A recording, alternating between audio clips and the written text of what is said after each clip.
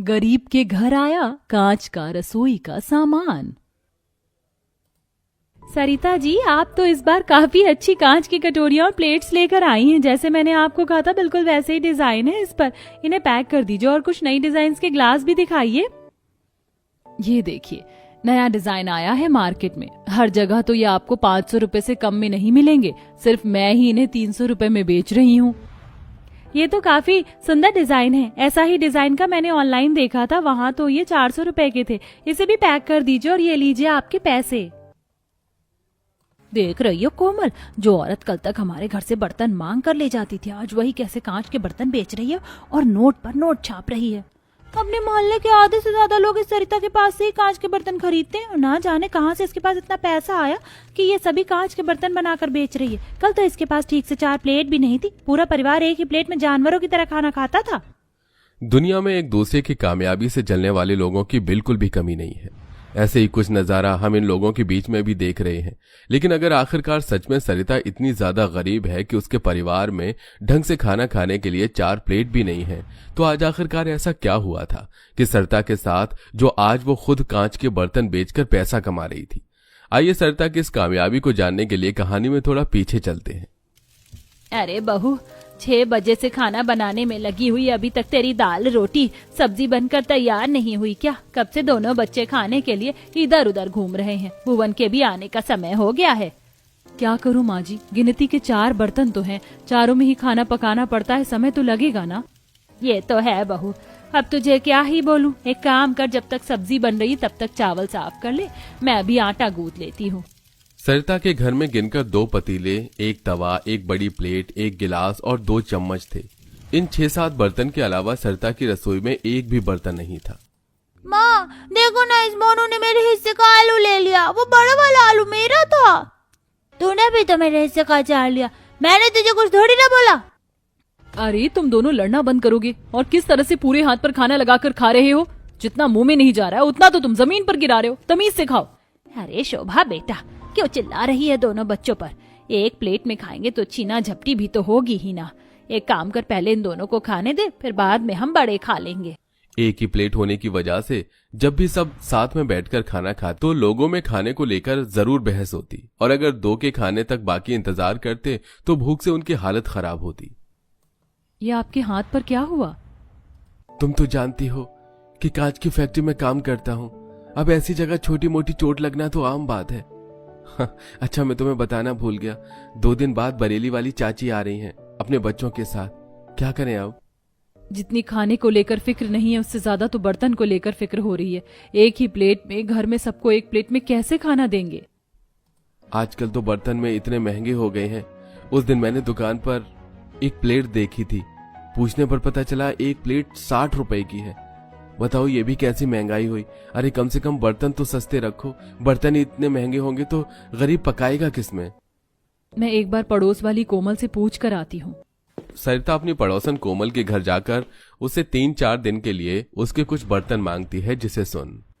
बर्तन तो तुम्हें दे दूंगी, लेकिन मेरे बर्तन का अच्छे से ख्याल रखना। वो क्या है ना, हम अपने घर के सारे बर्तन ऑनलाइन बाहर से मंगवाते हैं। अगर एक भी टूटा या किसी पर भी क्रैक आया तो तुम्हें पैसे भरने पड़ेंगे। और वैसे क्या तुम्हारी इतनी भी हैसियत नहीं है कि तुम कुछ बर्तन ले लो? अरे बर्तन आते ही कितने महंगे हैं। कब तक अपने पड़ोसियों से बर्तन मांग कर अपने मेहमानों को उसमें खाना खिलाओगी? कोमल की ऐसी ताने भरी बात सुनकर सरिता को काफी बुरा लगता है, लेकिन बेचारी सरिता कोमल से कुछ नहीं कहती और बर्तन लेकर घर आ जाती है। अब जब सरिता के घर में मेहमान आते हैं तो उन्हें उन्हीं बर्तनों में खाना खिलाती है। रोटी सब्जी बनाने से अच्छा है आज खिचड़ी बना लेती हूँ। एक ही बर्तन में बन जाएगी और सब खा भी लेंगे। बर्तनों की कमी से सरिता परेशान होकर अब एक ही पतीले में खिचड़ी बनाने लगती है। तभी सरिता जैसे ही पास में रखी मिर्च की पन्नी को उठाकर खोलती है तो एकदम से उसका हल्का सा पाउडर सरिता की आंख में लग जाता है और उसकी आंखें काफी जलने लगती हैं। कितनी जल रहा है, पानी कहाँ है? सरिता जल्दी से आंगन में जाती है और पानी से मुंह धोने लगती है। बर्तन तक दूर सरिता के घर में मिर्च मसाले रखने के लिए भी डिब्बे नहीं थे।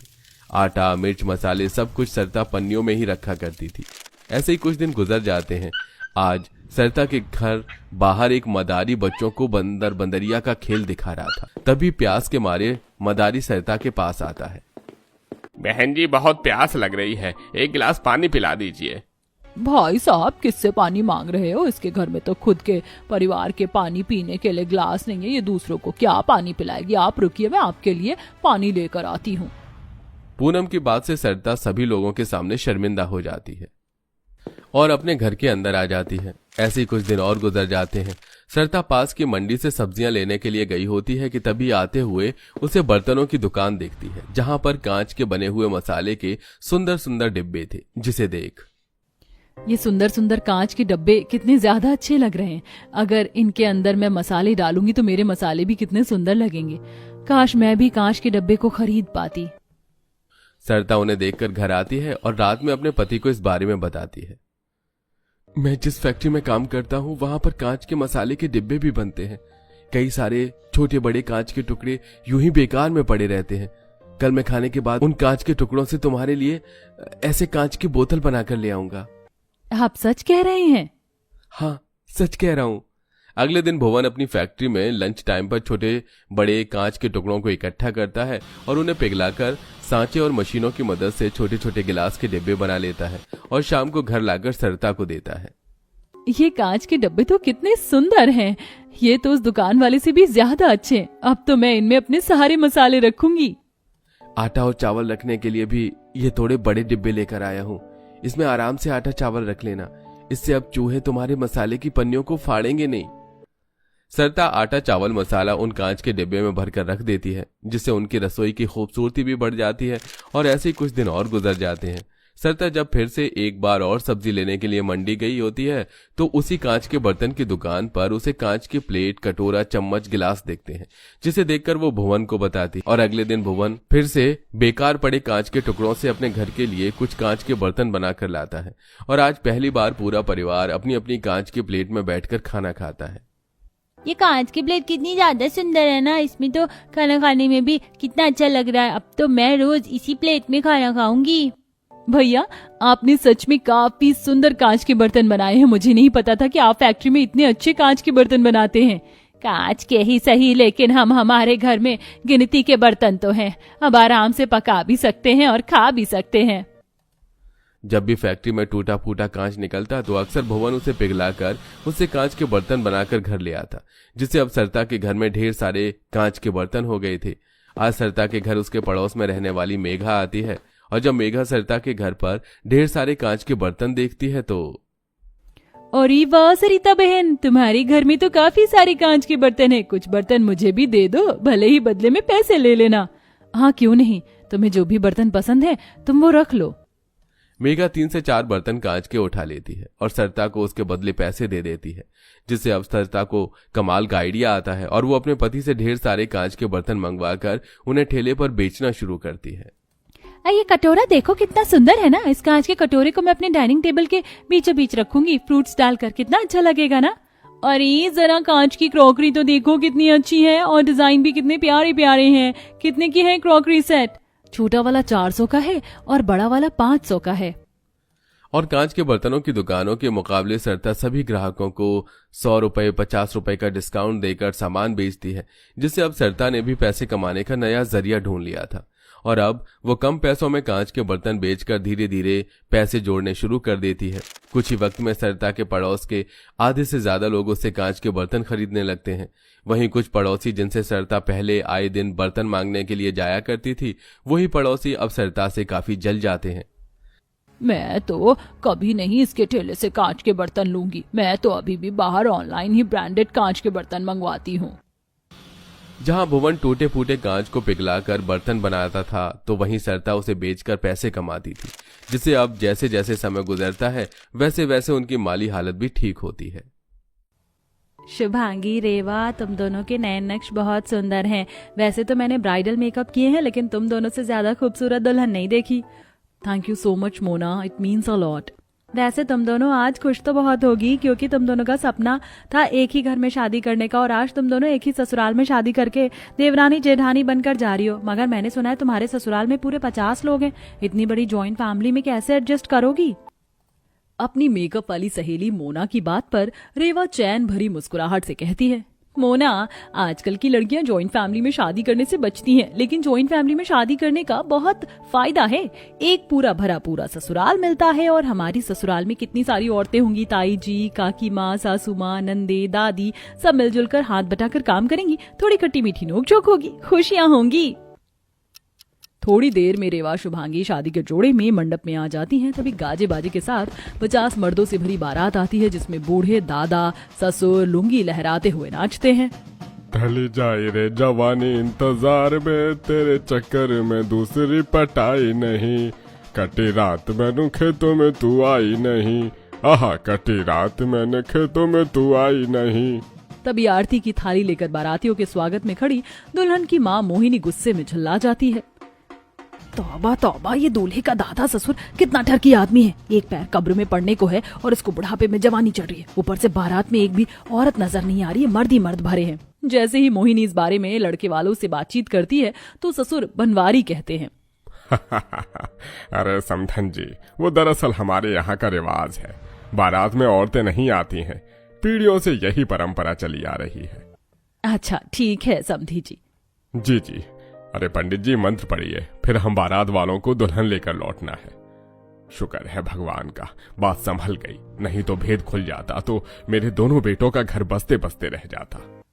आखिर बनवारी ऐसी कौन सी सच्चाई को पर्दे में छुपाए हुए हैं, जहां धूमधाम से शादी करके शुभांगी रेवा देवरानी जेठानी बनकर ससुराल में आती हैं। तभी पड़ोसन उन्हें घूरते हुए खुसर फुसर करना चालू कर देती हैं। तौबा तौबा कोकिला बहन, पता नहीं कौन से माँ बाप ने अपनी लड़कियों का ब्याह ऐसे मर्दों से भरे ससुराल में रचा दिया। और शीला बहन, तुम नहीं जानती आजकल की लड़कियां बड़ी कामचोर होती हैं, इसीलिए तो सास बिना ससुराल चुना है दोनों ने। ससुराल के सभी मर्दों का कान उनकी बातों में लगा था। तभी ताया ससुर लखन ने कहा, अरे ओ मोहित, जा बाहर का पाला मार कर आ जा, वरना ये पड़ोसन ताका झांकी करेंगी। अरे ओ नंबर 10 और 12, आरती और आलते की थाली मांगी थी, कहाँ रह गए? बस ला रहे हैं पिताजी। हाँ पिताजी ला रहे हैं। दोनों आरती आलते की थाली लाकर देते और बनवारी दोनों बहू का स्वागत करता है। 50 मर्दों के बीच दोनों देवरानी जेठानी अंदर ही अंदर हिचकिचाहट से भरी थी। हे भगवान, इस घर की सारी लुगाई पता नहीं कहाँ लापता है, जो जिम्मेदारी सास ननद को निभानी थी ससुर देवर निभा रहे हैं। आओ बहू आओ, तुम दोनों देवरानी जेठानी कलश गिराकर अपने ससुराल में कदम रखो। जी ससुर जी। 50 मर्दों के बीच में खड़ी दोनों देवरानी जेठानी के हाथ पैर फूल रहे थे। तभी मंजले चाचा ससुर हरिंदर ने कहा, अरे भाई, अब दोनों देवरानी जेठानी खजूर के पेड़ की तरह तनी खड़ी रहोगी क्या? आशीर्वाद लो सबके। जी जी जी चाचा जी। दोनों चाचा, काका, जेठ ससुर, ताया ससुर सबके आशीर्वाद लेती हैं और अंत में बारी आती है दादा ससुर की। खूब खुश रहो, दूधो नहाओ पूतो फलो। अब जल्दी से तुम दोनों देवरानी जेठानी बस मुझको मेरा पड़ पोता दे दो। यह सुनकर दोनों देवरानी जेठानी शर्म से पानी पानी हो जाती हैं। दादाजी, हम दोनों थक गई हैं, क्या हम कमरे में चली जाएं? क्यों नहीं रेवा भाभी, हम आपको ले चलते हैं। आधे दर्जन देवर दोनों देवरानी जेठानी का हाथ पकड़े उन्हें कमरे तक छोड़ने जाते हैं। दोनों खूब भड़की हुई थी। हे भगवान, ये मेरे देवर आदमी है या पैजामा? मैं बार बार हाथ छुड़ा रही हूँ, बार बार हाथ पकड़ ले रहे हैं, जैसे कि मेरे पति लग रहे हो। कमरे के अंदर आकर दोनों देखती हैं कि उनके देवर, जेठ, चाचा, ताऊ सब सजावट में जुटे हुए। तभी काका ससुर धनपत कहते हैं, धत तेरे की। अरे ओ लड़को, तुम दोनों को कहा था ना कि दोनों देवरानी जेठानी को दरवाजे पर ही रोक के रखना। सारा सरप्राइज वहां चौपट कर दिया।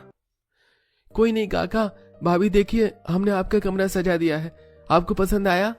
जी जी, अच्छा है कबीर भैया। रेवा को असहज महसूस होते देखकर ताऊ ससुर कहते हैं, अच्छा बहू, तुम आराम करो, हम चलते हैं। सभी मर्दों के कमरे से निकलते ही जेठानी देवरानी गुस्से में उबलते हुए दरवाजा भेड़ लेती हैं। भैंस की आंख, अब तो इन मर्दों ने हद ही मचा दी है। पता नहीं सासू माँ, ननद जी, ताई जी सब कहाँ हैं? जेठानी रेवा खुद में बड़बड़ा ही रही होती है। तभी फिर से खटखट होती है। जैसे ही वह दरवाजा खोलती है तो सामने दादा ससुर दूध से भरा ग्लास लेकर खड़े थे। दादाजी, आप यहाँ? अरे ये लो बहुरिया, ये दूध शुभम को पीने को दे देना, बादाम केसर मलाई डालकर बनाया है। जी अच्छा। थोड़ी देर में जैसे दोनों देवरानी जेठानी के पति कमरे में आते हैं तो वो झगड़ पड़ती हैं। शुभांगी, तुम इतनी भड़की हुई क्यों हो? मार क्यों रही हो? तुम पहले मुझे ये बताओ, क्या तुम्हारे घर की सारी औरतें अनशन पर चली गई हैं क्या? 50-50 मर्दों से भरे ससुराल में हमें कितना अजीब लग रहा है। मैं तुम्हारी भावनाओं को समझ सकता हूँ शुभांगी, मगर तुम्हारे ससुराल में एक भी औरत नहीं है, यही सच्चाई है।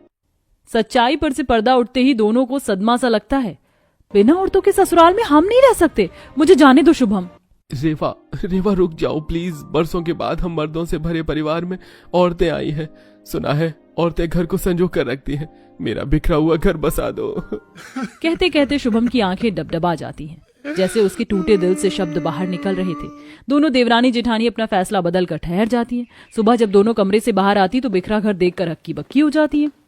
बाप रे, ये घर है या कूड़ादान? कितनी गंदगी मची है। जेठानी जी, इस घर की सफाई करते करते हमारी तो खटिया खड़ी हो जाएगी। कर भी क्या सकते हैं, 50-50 मर्दों से भरा ससुराल है। मर्द घर को संभाल लें तो औरत की जरूरत ही क्या है। हम दोनों को मिलकर इस घर को स्वर्ग बनाना है। दोनों बेचारी सफाई में भिड़ जाती हैं। कोने कोने में कई जगह पान तमाकू थूका देखकर शुभांगी को घिन चढ़ जाती है और कुछ देर बाद सफाई करके मेरी तो कमर टेढ़ी हो गई। अभी तो 50-50 मर्दाने लोगों का खाना भी तैयार करना है। दोनों जैसे रसोई में पहुंचती तो मिट्टी का चूल्हा देखकर माथा पीट लेती हैं। गई भैंस पानी में। आज के मॉडर्न गैस चूल्हे के जमाने में हमारे ससुराल में मिट्टी का चूल्हा है, हमें धुएं में खाना बनाना पड़ेगा। तभी बाहर से दादा ससुर सख्ती भरे मिजाज में फरमाइश लेते हैं। अरे ओ दोनों देवरानी जेठानी, अगर खाना में चावल उबाल कर मत लाना, क्योंकि घर का सारे मर्द चूल्हे की रोटी खाना के शौकीन है। गर्मा गर्म रोटी और बढ़िया दम आलू बनाना। लग गई लंका। 50 मर्दों के लिए रोटी बनाना राय का पहाड़ बनाने जितना मुश्किल है। शुभांगी, मुझे तो अभी से ही चक्कर आ रहे हैं। कहां से कहां हम इस 50 मर्दों से भरे ससुराल में आकर फंस गई हैं। हमारे भाग ही फूटे थे। देवरानी गुस्से में परात भरकर आटा गूंथती है और जेठानी सब्जी काटती है। कई बार तो चूल्हे की रोटी बनाते हुए बेचारियों का हाथ भी जल जाता है। फिर 50 को परोस कर भी देना पड़ता है। वाह भाई, मानना पड़ेगा, तुम दोनों देवरानी जेठानी ने बढ़िया दमदार खाना बनाया है। पापा, घर में औरतों के होने का यही तो सुख होता है। भाभी, इसके बाद मेरे कॉलेज के सारे कपड़े धो देना। ठीक है देवर जी, आप निकाल कर दे देना। बहू, जब अपने देवर के कपड़े धुल लोगी तो मेरी 10-12 धोती मैले हो गई हैं, उसे भी धो देना। 10-12 धोती? हमने तो जैसे धोबी घाट खोला है ना। सारे मर्दाने अपने मैले कपड़े इकट्ठा कर देते हैं। दोनों देवरानी जेठानी आंगन में थापी से पटक पटक कर कपड़े धोती हैं। वहीं पड़ोसन को खिला चुटकी लेती है। और तुम दोनों देवरानी जेठानी की मजे में तो कट रही है ना। मर्दों से भरे ससुराल में एक धोबी नहीं लगवा सकते क्या? आग लगे इनकी कमाई में। हाँ आंटी जी, आप होती कौन है हमारे घर के मर्दों के खिलाफ अपशब्द बोलने वाली? अपने काम से काम रखिए। भलाई का तो जमाना ही नहीं है भैया, नेकी कर दरिया में डाल। बड़बड़ाते हुए कोकिला मुंह टेढ़ा करके अंदर चली जाती है। वहीं चाचा ससुर उनकी बातें सुन लेते हैं। ऐसे ही 50 मर्दों से भरे ससुराल में दोनों देवरानी जेठानी का दुख भरा वक्त गुजर रहा था। दोनों अपनी परेशानी खुलकर किसी से कह भी नहीं पाती थी। फिर एक सुबह सुबह दादा ससुर खाना बनने में देरी हो जाने पर भड़क जाते हैं। अरे तुम दोनों देवरानी जेठानी को समय का तकाजा नहीं है, इतनी देर से क्यों उठी हो? दादाजी, हमारी तबीयत ठीक नहीं है, कुछ इसीलिए देरी हो गई। अरे देखने में तो दोनों चंगी भली लग रही हो, तुम लगाइयों के बहाने बड़े होते हैं। ससुराल के मर्दों से खरी खोटी सुनकर दोनों आंखों में आंसू लेकर किचन में आकर काम में लग जाती हैं। आज अगर हमारे ससुराल में औरतें होती तो खुलकर कह पाती कि हमें महावारी शुरू हो रही है। अपना दर्द हम किससे बांटे? हमारे ससुराल के मर्दों को बस अपनी सेवा पानी से मतलब है। रसोई के दरवाजे पर खड़े ससुर ये सुनकर बाहर जाकर सबको बताते हैं, जिससे ससुराल के सभी मर्द शर्मिंदगी से भर जाते हैं। अगले दिन जब दोनों देवरानी जेठानी उठती हैं तो देखती हैं कि कुछ मर्द सफाई में जुटे हैं। देवर नाश्ता बना रहे थे, दादा ससुर आरती कर रहे थे। बहू, हमें क्षमा कर दो, हमने तुम्हारी समस्या को समझा नहीं। हम मर्द तुम्हारी सास की जगह तो नहीं ले सकते, मगर पिता, भाई और दादा तो बन सकते हैं। ये सुनकर दोनों की आंखों में खुशी के आंसू छलक जाते हैं और दोनों अंत में मर्दों से भरे ससुराल में घुल मिल जाती हैं।